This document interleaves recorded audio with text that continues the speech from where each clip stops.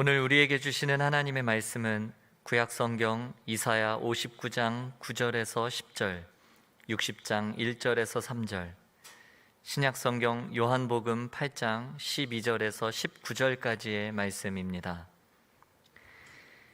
이제 제가 하나님의 말씀을 봉독하겠습니다.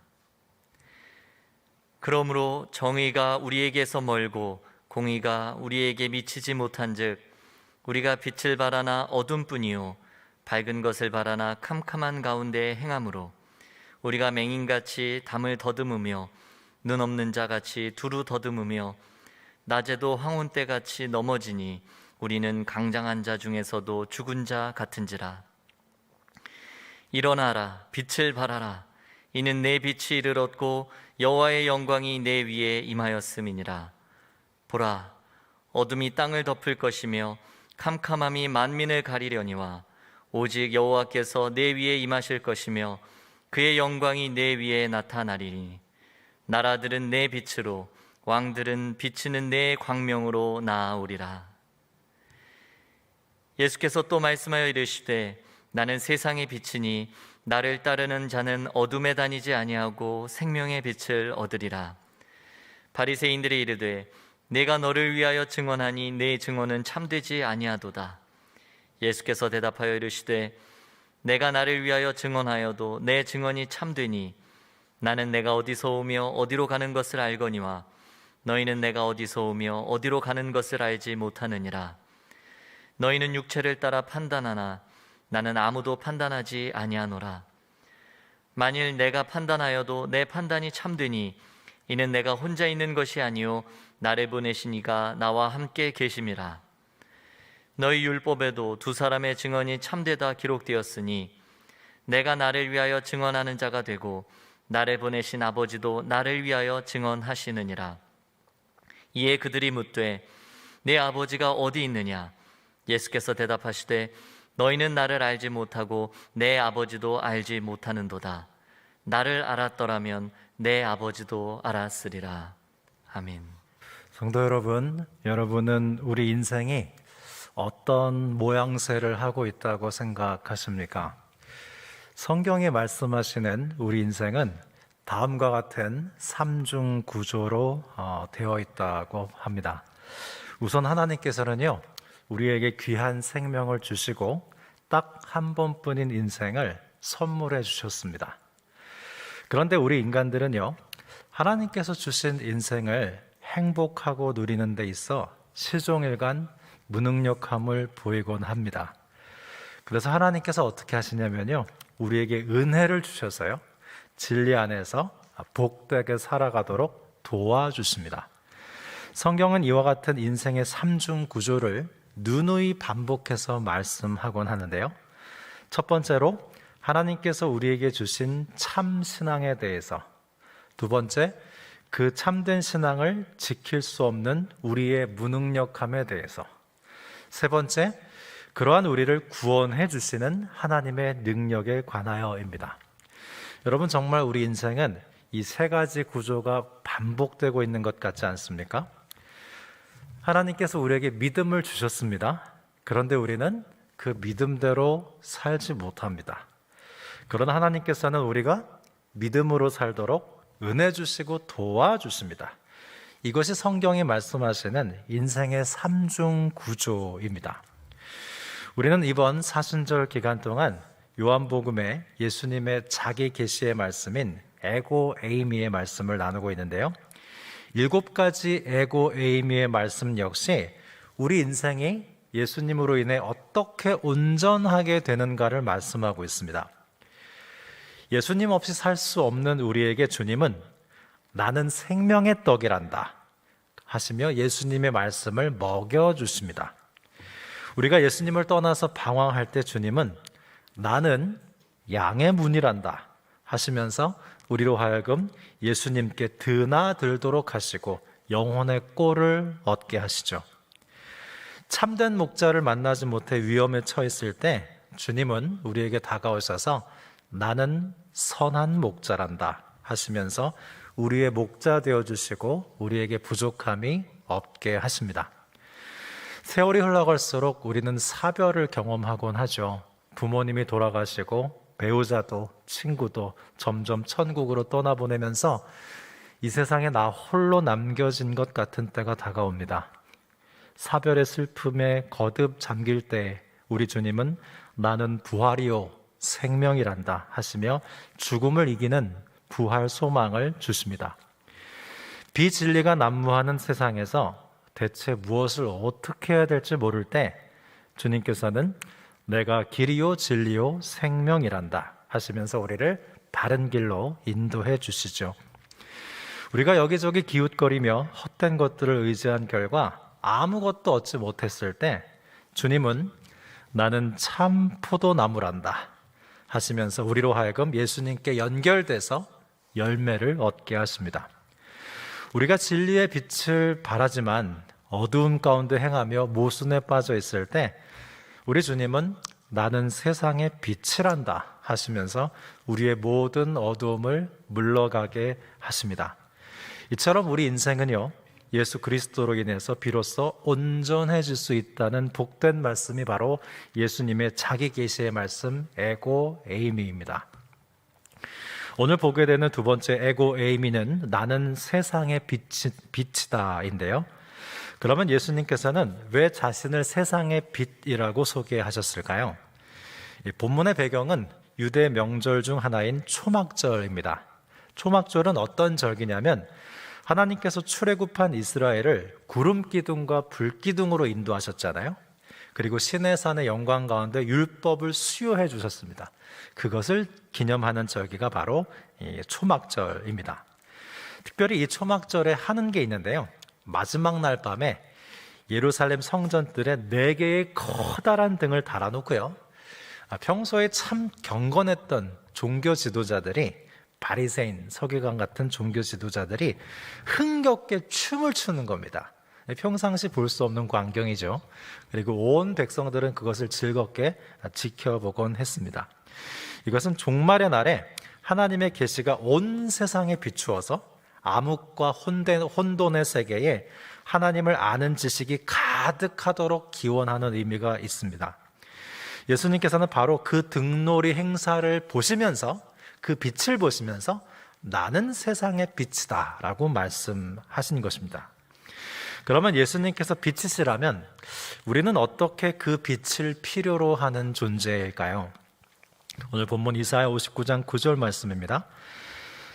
그러므로 정의가 우리에게서 멀고 공의가 우리에게 미치지 못한즉 우리가 빛을 바라나 어두움뿐이요 밝은 것을 바라나 캄캄한데 행함으로 그랬습니다.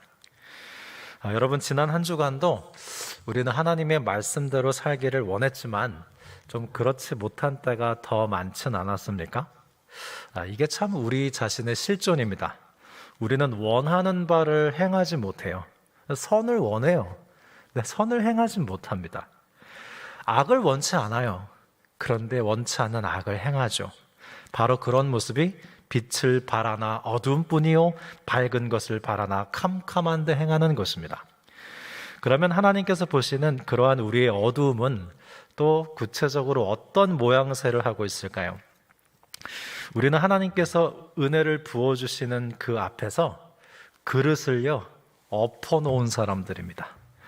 그래서 하나님이 아무리 은혜를 부어주셔도요 그릇이 엎어져 있기 때문에 그 은혜를 받을 수가 없어요. 또한 우리는 바닥이 깨지는, 바닥에 새어나가고 있는 항아리와 같습니다. 그래서 하나님께서 아무리 은혜를 부어주셔도 밑빠진 독이기에 은혜가 계속 새어나가 버리고 맙니다. 이사야 말씀에는요 하나님의 구원을 상징하는 것으로 하나님의 손, 하나님의 팔 이미지가 자주 등장하는데요. 하나님께서는 우리의 손을 꼭 붙잡고 계시지만 우리는 하나님을 붙들고 있는 손을 놔버립니다. 이러한 모습이 바로 우리의 어둠이에요. 어두움을 관계적인 이미지로 말씀드렸습니다. 그러면 예수님께서는 이런 우리에게 어떻게 빛을 비추실까요? 빛에는 3가지 종류가 있습니다. 첫 번째는 물리적인 빛인데요. 우리가 병원에 가서 때론 물리치료를 받을 때가 있죠. 빛을 쬐는 치료가 있지 않습니까? 그러한 빛은요, 시각적인 빛 이상의 파장 혹은 입자 덩어리로서의 빛입니다. 그것이 바로 물리적인 빛이고요. 두 번째로는 윤리적인 빛입니다. 우리 그리스도인들이 하나님의 말씀대로 살 때 그 행동이 착한 행실로 드러나죠. 그게 바로 윤리적인 빛입니다. 마지막 세 번째로는 신학적인 빛이 있는데요. 이것은 특별히 영적인 깨달음을 얻었을 때 신학적인 빛으로 보고 있습니다. 요한복음에는 예수님께서 나는 세상의 빛이라 하신 이 대목에 앞뒤로 에피소드가 하나씩 있어요. 나는 세상의 빛이라, 오늘 본문 말씀 앞쪽에는 여러분 잘 아시는 가늠한 여인 이야기가 등장합니다. 이 역시 초막절에 있었던 일이에요. 그리고 나는 세상의 빛이다 하신 이 말씀 뒤에는 어떤 에피소드가 따라오냐면 날 때부터 시각장애인인 사람이 치유받은 에피소드가 등장합니다. 그러니까 예수님께서 나는 세상의 빛이다 라고 하신 말씀 앞뒤로 가늠한 여인과 날 때부터 시각장애인인 사람 이야기가 등장하는데요. 이 두 가지 이야기를 통해서 예수님께서 이 두 사람, 가늠한 여인과 날 때부터 시각장애인이었던 사람에게 어떻게 빛을 비추셨는지를 볼 수 있습니다. 초막절에 바리새인과 서기관들이요, 웬 가늠한 여인을 현장에서 붙잡아서 예수님 앞에 내동댕이 쳐놓고 어떻게 판결하실 것이냐고 물었습니다. 사실 그들은 가늠한 여인을 어떻게 판결할 것인가에 대한 관심은 전혀 없었습니다. 다만 예수님을 올무에 빠뜨리는 것만이 관심사였습니다. 만일 예수님이 여인을 그냥 놓아주라고 하면 모세의 율법을 범하는 것이 되고요, 만일 돌로 쳐 죽이라고 한다면 로마의 당국의 허락 없이 사형을 언도할 수 없다는 로마법을 어기는 것일 뿐만 아니라 사랑과 용서를 가르치셨던 예수님의 가르침이 무색하게 될 위기였습니다. 바로 그때 예수님께서 땅에 글자를 쓰시죠. 레이몬드 브라운이라는 성서학자가 이것을 예수님의 수사학이라고 했습니다. 예수님이 일종의 수사학적인 방법으로 과장된 몸짓으로 땅바닥에다가 거칠게 글씨를 휘갈겨 쓰셨어요. 그거는 글씨를 와서 읽으라는 뜻이 아니기보다는 예수님의 행동에 주목시키는 몸으로 쓰는 수사법이었습니다. 무려 2번이나 그렇게 땅바닥에 글씨를 휘갈겨 쓰셨습니다. 여러분 혹시 누군가를 정죄하거나 욕하거나 처벌해 보신 적이 있습니까? 그때요, 나의 영혼이 밝아지는 것 같던가요? 어두워지는 것 같던가요? 우리가 사노라면 자녀들을 책망할 때도 있고요, 동료들과 좀 다툴 때도 있고요, 누군가에 대해서 좀 험담할 때도 있는데요, 그때 우리의 영혼이 어두워진다고 합니다. 사람은 누군가를 정죄하고 비난할 때 영혼이 밝아지는 것이 아니고요, 어두워지게 된다고 해요. 예수님께서 바닥에 글씨를 쓰시면서 가늠한 여인을 정죄하고 처벌하려는 그 어두운 영혼들로 하여금 빛이신 주님을 주목해 보도록 하신 것입니다. 그 다음 예수님께서 빛을 비추시면서 그들에게 말씀하시기를 너희 중에 죄 없는 자가 먼저 돌로 치라 하셨습니다. 그러자 무리들과 함께 여인을 정죄하고 처벌하려는 그 어두운 그림자가 물러가기 시작했습니다. 그런데 예수님의 빛이 더욱 절실하게 필요했던 것은 무리들이나 바리새인 서기관이 아닌 가늠한 여인이었습니다. 그러면 예수님께서는 가늠한 여인에게 어떻게 빛을 비추셨을까요? 예수님께서는 먼저 윤리적인 빛을 비추시며 말씀하셨습니다. 나는 너를 정죄하지 않겠다. 이 말씀은 여인과 여인의 죄를 분리시킨 것이었습니다.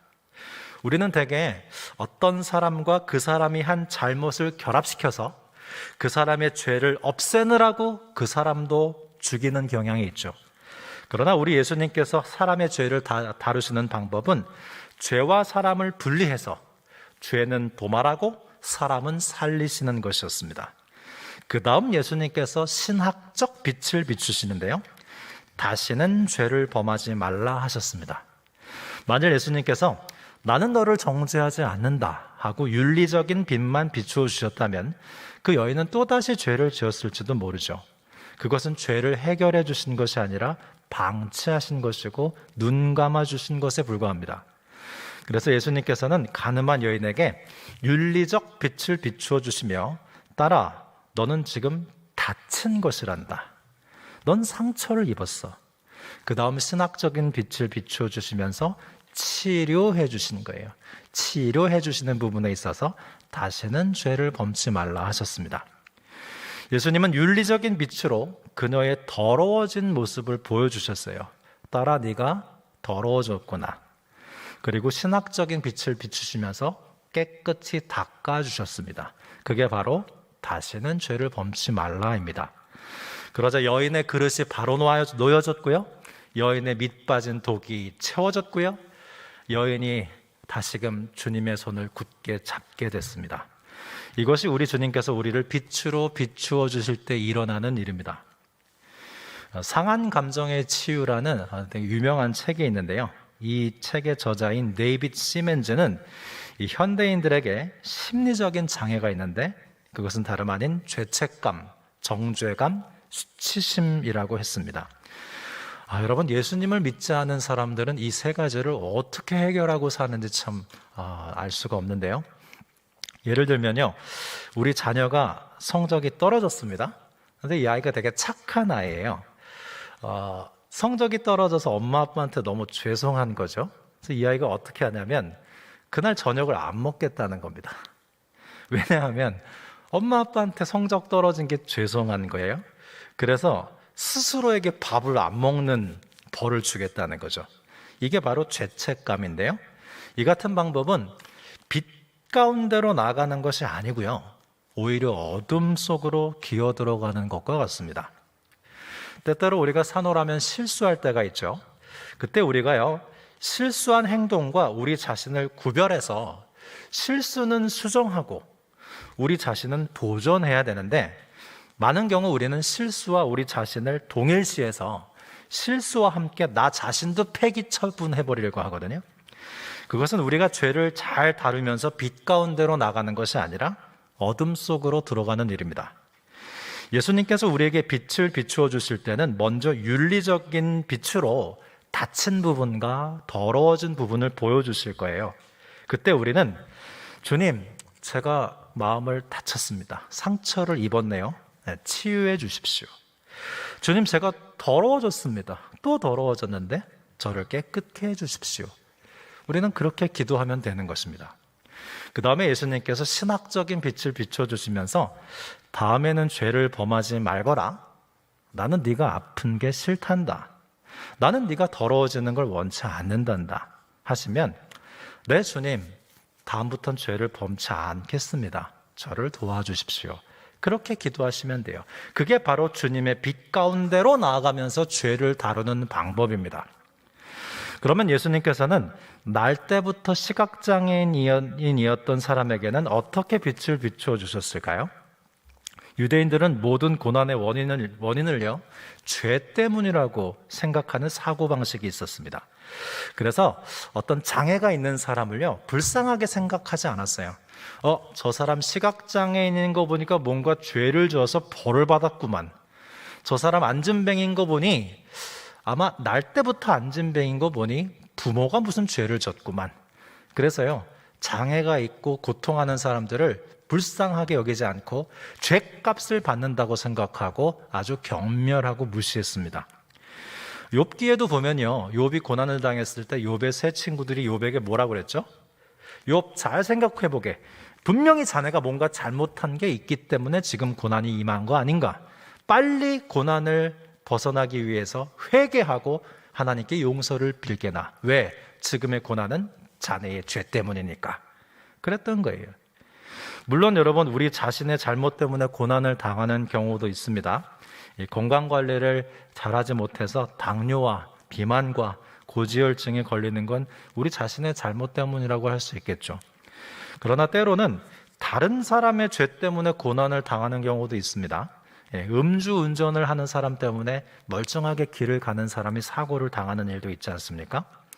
보다 근본적으로요, 우리의 모든 고난은 생명의 근원 되신 하나님과 분리돼서 우리 자신의 제한된 자원에 의존하기 때문에 발생하는 것입니다.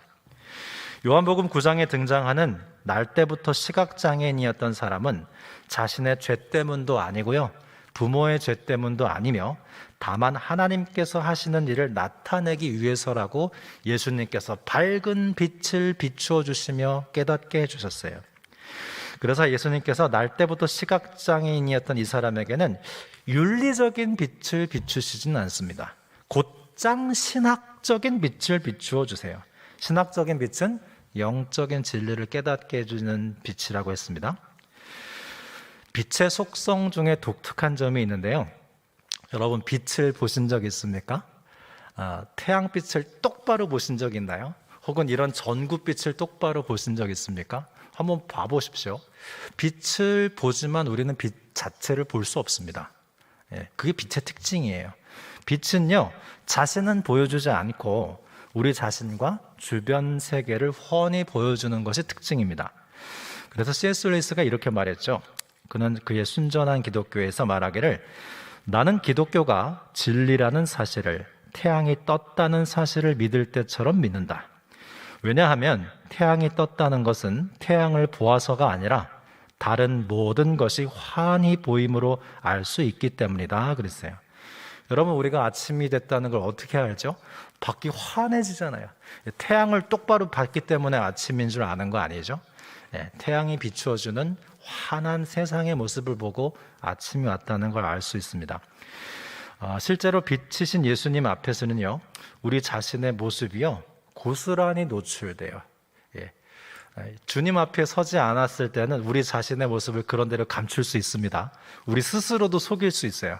근데 주님 앞에 서면요, 아주 적나라하게 나 자신의 모든 모습이 드러납니다. 그래서 베드로도 주님을 만났을 때 그랬잖아요. 주여 나를 떠나소서, 나는 죄인이로소이다.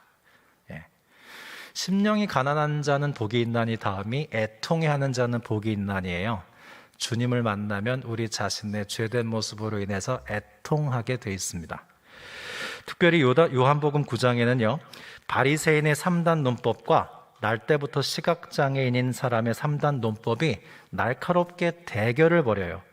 바리새인의 3단 논법은 이렇습니다. 하나, 모든 경건한 사람들은 안식일을 지킨다. 둘, 그런데 예수는 안식일에 시각장애인을 고쳤다. 셋, 따라서 예수는 죄인이다.